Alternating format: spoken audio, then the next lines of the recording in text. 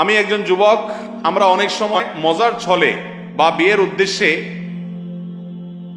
না, বিশেষ উদ্দেশ্য ছাড়া ফেসবুক বা মেসেঞ্জারে 3 বার কবুল বলি।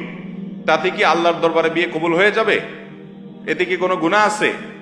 পোলাপান বাদরামি করার জিনিস খুঁজে পাও না? না, অনেক পোলাপান এগুলো করে।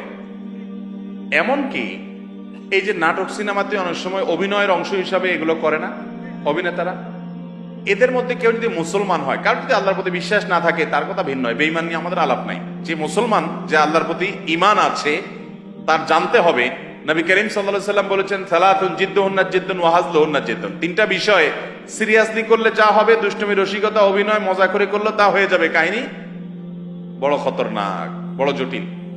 অতএব আপনি দোস্ত দুষ্টামি করে কোনো ক্লাসমেট মেয়েকে বললেন অন্য 2-3 দোস্তের সামনে যে আমি ওরে বিয়ে করলাম, হ্যাঁ, এবং সেও অ্যাডাল্ট, আপনিও অ্যাডাল্ট, দুজন সাক্ষীও আছে।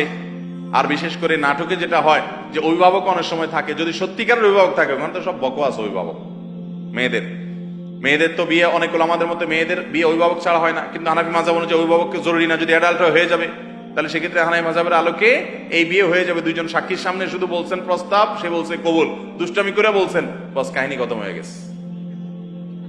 কথা বুঝেন নাই? খুব জটিল একটা বিষয়। ঠিক তালাকের বিষয়টা এরকম।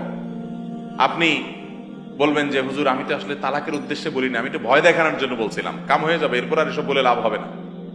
অতএব এগুলো সাবধানে করতে হবে। আল্লাহ আমাদেরকে এই সমস্ত বিষয়, হেয়ালিপনা, দুষ্টমি, এগুলো থেকে বেঁচে থাকার তৌফিক দান করুন। সব জায়গায় ফাজলামি না।